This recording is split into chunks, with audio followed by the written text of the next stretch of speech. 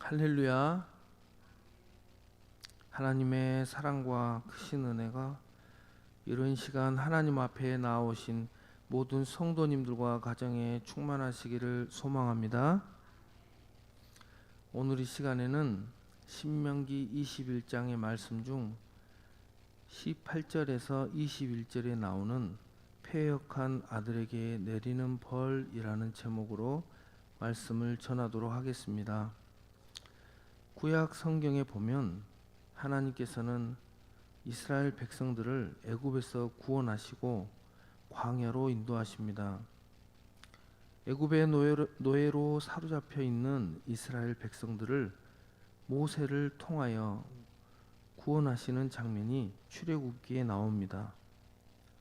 이스라엘 백성들을 애굽 왕이 보내주지 않자 하나님께서는 10가지 재앙으로 애굽을 심판하십니다. 그리고 10가지 재앙을 경험한 애굽 왕은 이스라엘 백성을 광야로 보내주게 됩니다. 애굽에서 나온 이스라엘 백성들은 모세를 따라 광야로 가는 길에 홍해 앞에 서게 됩니다.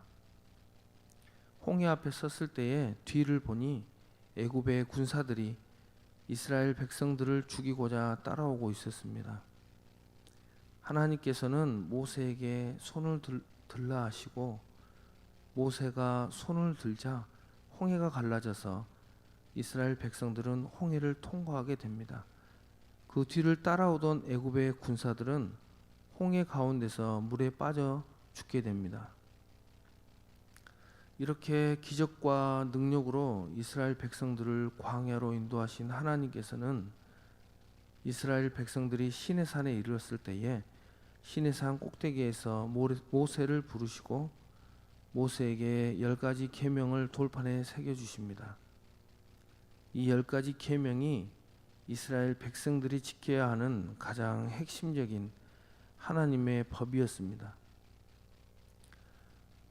이 10계명은 율법의 핵심이요 하나님께서 돌판에 새겨주실 만큼 중요한 계명이었습니다. 10계명의 1계명부터 4계명은 하나님과 사람과의 관계된 법입니다. 5계명부터 10계명은 사람과 사람과의 관계된 계명입니다. 10계명의 제1계명부터 4계명은 이렇습니다.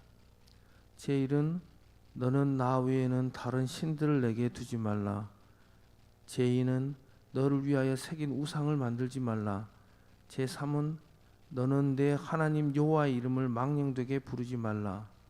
제4는 안식일을 기억하여 거룩하게 지키라 입니다. 하나님과 우리와의 관계에 관한 법입니다. 그리고 제5계명은 이렇습니다. 내 부모를 공경하라. 그리하면 내 하나님 여호와가 내게 준 땅에서 내 생명이 길리라. 제6은 살인하지 말라. 제7은 간음하지 말라. 제8은 도둑질하지 말라. 제9는 내 이웃에 대하여 거짓 증거하지 말라. 제10은 내 이웃의 집을 탐내지 말라입니다. 제5계명부터 10계명까지는 사람과 사람과의 관계에 관한 법입니다. 오늘 10계명 제5계명에 내 부모를 공경하라가 사람과 사람 사이에 관계된 계명 중에서 다른 계명보다 앞선 것을 볼 수가 있습니다. 살인, 간음, 도둑질, 거짓 증거, 탐심보다 순서가 먼저인 것을 볼 수가 있습니다. 말씀을 보아서 알 수 있는 우리 하나님의 성품은 이렇습니다. 우리를 낳아주고 길러주신 부모님을 공경하는 것이 사람과 사람과의 계명 중에서는 가장 으뜸이 되고 중요하다는 것을 말하고 있는 것입니다. 이처럼 부모를 공경하는 것을 중요시 생각하는 하나님께서는 오늘 신명기 21장 18절에서 21절 말씀에 패역한 아들에게 내리는 벌을 이야기하고 있는 것입니다. 말씀을 다시 한번 읽어보도록 하겠습니다. 사람에게 제가 읽겠습니다.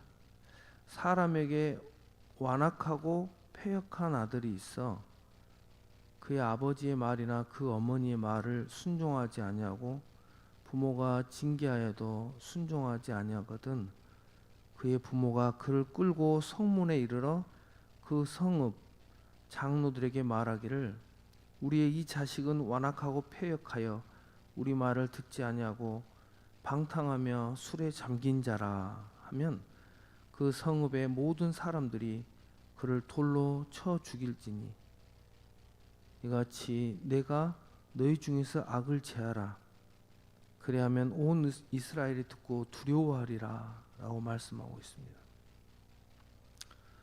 방탕하여서 술에 잠긴 자로 부모 말을 순종하지 않는 자는 부모의 결정에 따라서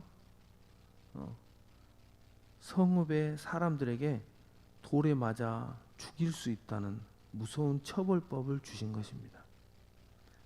오늘 말씀에 볼 때 하나님께서는 부모의 권위가 얼마나 중요한지 말씀하고 있는 것입니다.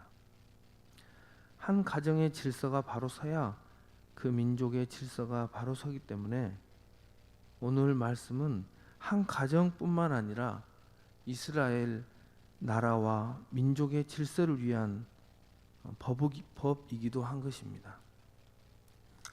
이처럼 하나님께서는 부모님의 권위를 중요시하는 것을 볼 수가 있습니다.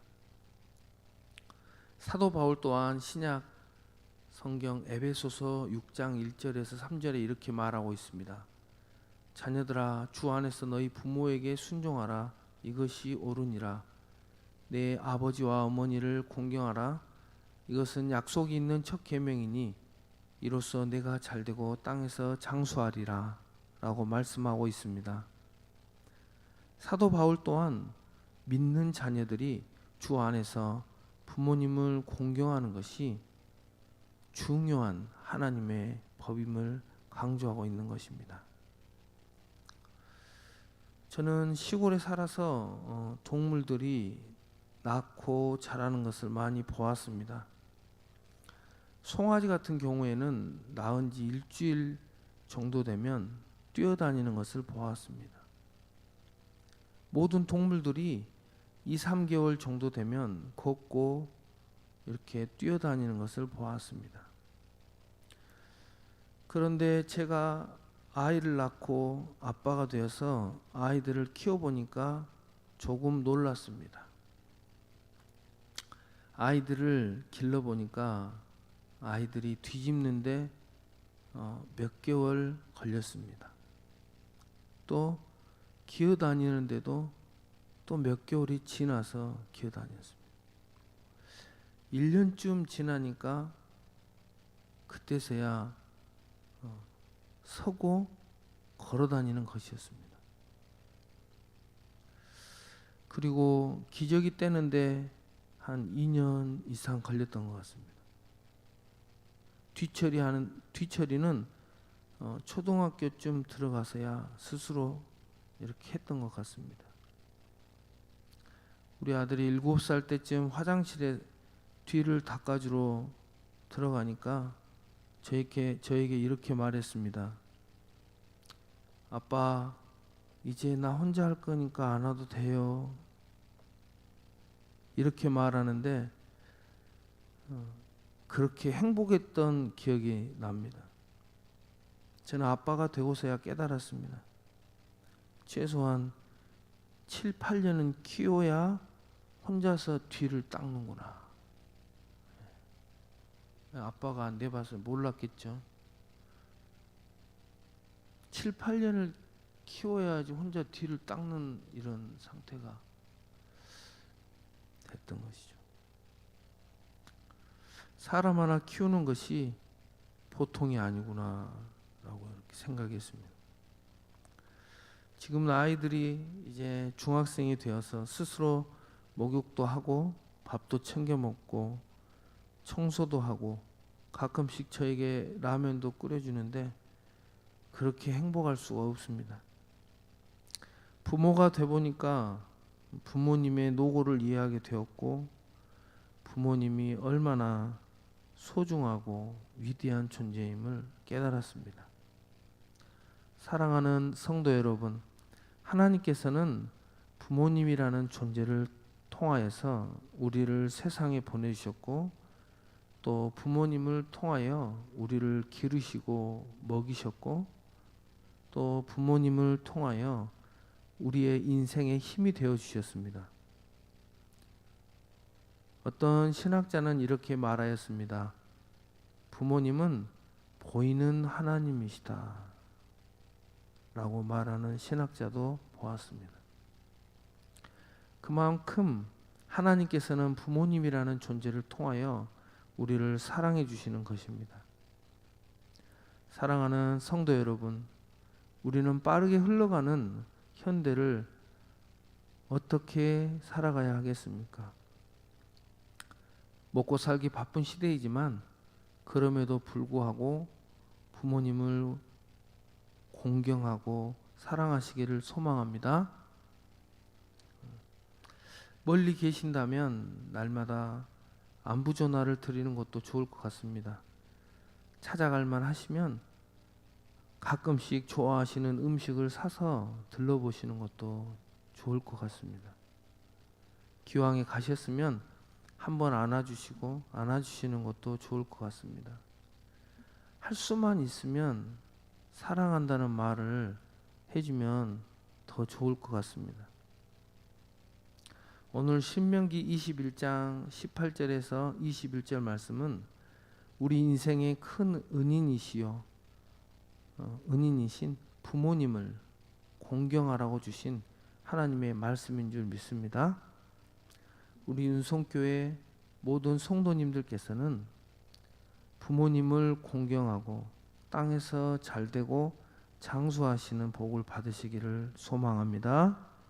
기도하겠습니다.